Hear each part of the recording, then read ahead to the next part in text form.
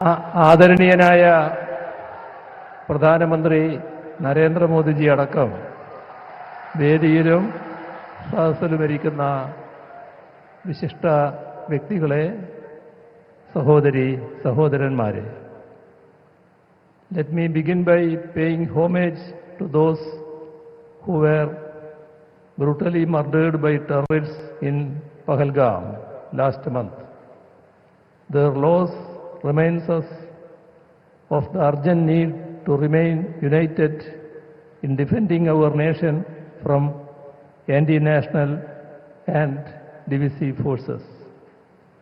On behalf of the Government of Kerala and on my own behalf, let me extend a warm welcome to the Honorable Prime Minister, Sri Narendra Modi ji, who is here to inaugurate the Vizhinjam International Seaport Limited, VISL.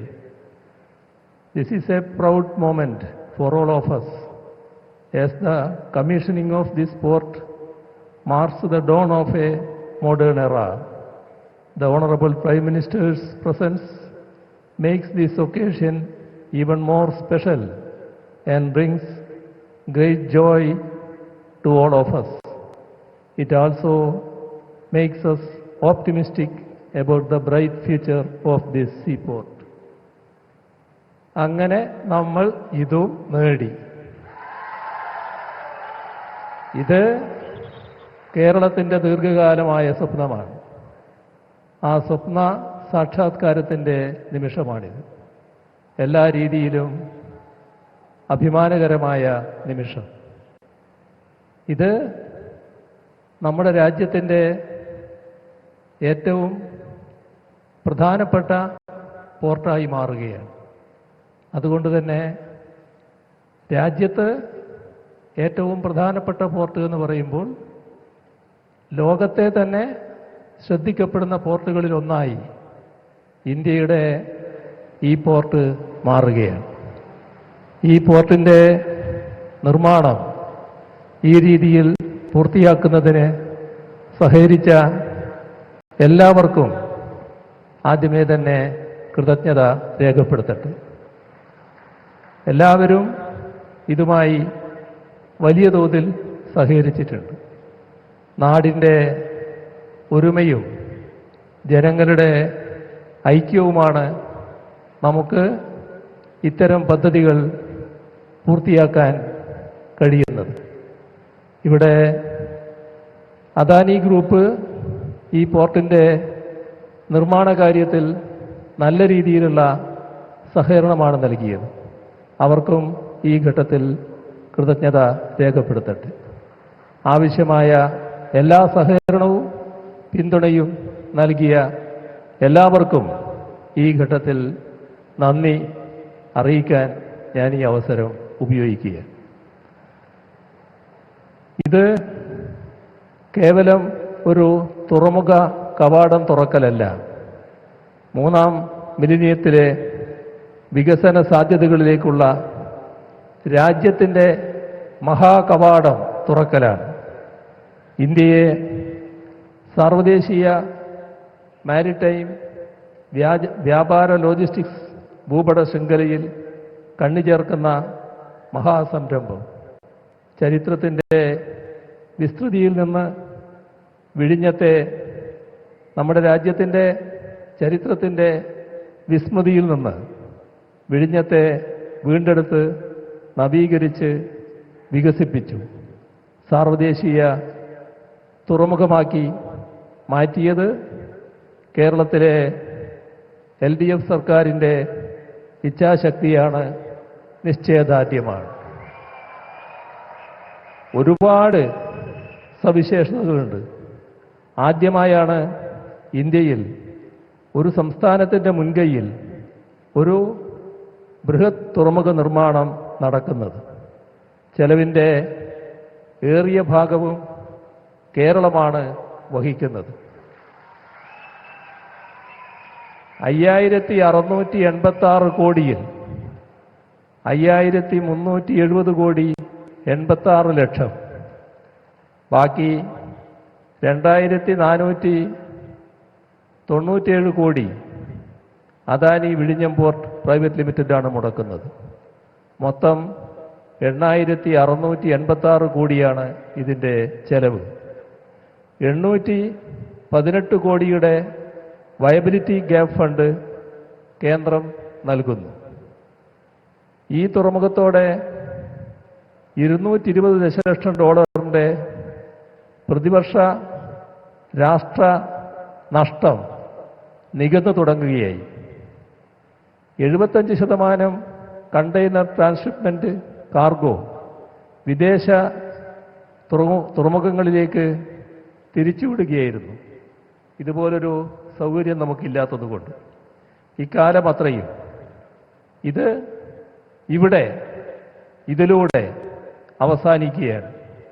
രാഷ്ട്രനഷ്ടം വലിയൊരളവിൽ പരിഹരിക്കാൻ കേരളത്തിന് കഴിയുന്നുവെന്നത് കേരളീയർക്കാകെ അഭിമാനകരമാണ്.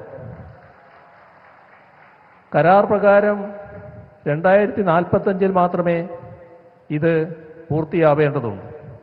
നമ്മൾ അതിന് കാത്തുനിന്നില്ല. 2024 തന്നെ commercial operation ആരംഭിച്ചു. മദർഷിപ്പിനെ സ്വീകരിച്ചു. തുടർന്ന് ഇങ്ങോട്ട് 250-ലേറെ കപ്പലുകൾ വിഴിഞ്ഞത്ത് നങ്കൂരമിട്ടു. ഇപ്പോഴിതാ ഒന്നാം ഘട്ടം പതിറ്റാണ്ട് മുൻപ് പൂർത്തിയാക്കി കമ്മീഷൻ ചെയ്യുന്നു. 2028 ഇതിൻ്റെ എല്ലാ ഘട്ടങ്ങളും പൂർത്തിയാക്കാനാണ് ഉദ്ദേശിക്കുന്നത്. ഒരുപാട് പ്രതികൂല ഘടകങ്ങളുണ്ടായി. മഹാപ്രളയം, ഇതര പ്രകൃതിക്ഷോഭങ്ങൾ, കോവിഡ് അടക്കമുള്ള മഹാവ്യാധികൾ എന്നിവയൊക്കെ സമ്പദ്ഘടനയെ ഉലച്ചു. എന്നാൽ കേരളം അവിടെ തളർന്നു നിന്നില്ല.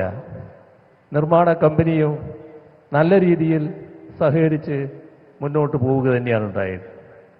1996 LDF സർക്കാർ രൂപപ്പെടുത്തിയ പദ്ധതിയാണ് ഇവിടെ യാഥാർത്ഥ്യമാവുന്നത്.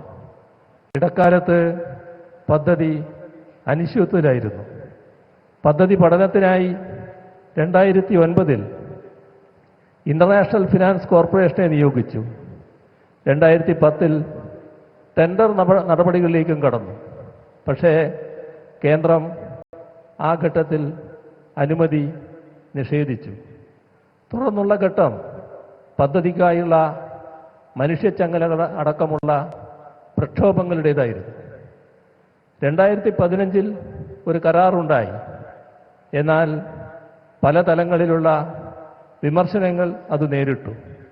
ആ വിമർശനങ്ങളെല്ലാം നിലനിൽക്കുമ്പോഴും വിഴിഞ്ഞം പദ്ധതി നടപ്പാവുക തന്നെ വേണം എന്ന നിലപാടാണ് ഞങ്ങൾ കൈക്കൊണ്ടത്. വികസന കാര്യത്തിൽ രാഷ്ട്രീയ വേർതിരിവ് വേണ്ട എന്ന നയമാണ് കൈക്കൊണ്ടത്.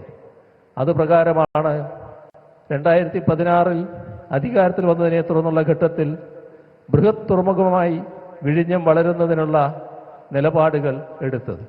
അതാണ് വിഴിഞ്ഞത്തെ ഇന്നത്തെ നിലയിൽ യാഥാർത്ഥ്യമാക്കി മാറ്റിയത്. സ്ഥാപിത താൽപര്യക്കാർ പടർത്താൻ ശ്രമിച്ച തെറ്റിദ്ധാരണകളെ ജനങ്ങളെ വിശ്വാസത്തിലെടുത്ത് അതിജീവിച്ചു. നിയമക്കുരുക്കളടക്കം നീക്കി തീരദേശ പുനരധിവാസ ജീവനോപാധി പ്രശ്നങ്ങൾ 120 കോടി ചെലവാക്കി പരിഹരിച്ചു. അവിടുത്തെ പെൺകുട്ടികളെ ക്രെയിൻ പ്രവർത്തിപ്പിക്കുന്ന ജോലിയടക്കം ഇവിടെ ഏൽപ്പിച്ചിരിക്കുന്നു. തദ്ദേശീയ സ്ത്രീകൾക്കായി സ്കില്ലിംഗ് സെന്റർ തുറന്നു. ഇങ്ങനെ പ്രശ്നങ്ങൾ പരിഹരിച്ചു. സങ്കടങ്ങൾക്ക് അറുതിയുണ്ടാക്കിയാണ് സർക്കാർ നീങ്ങിയത്.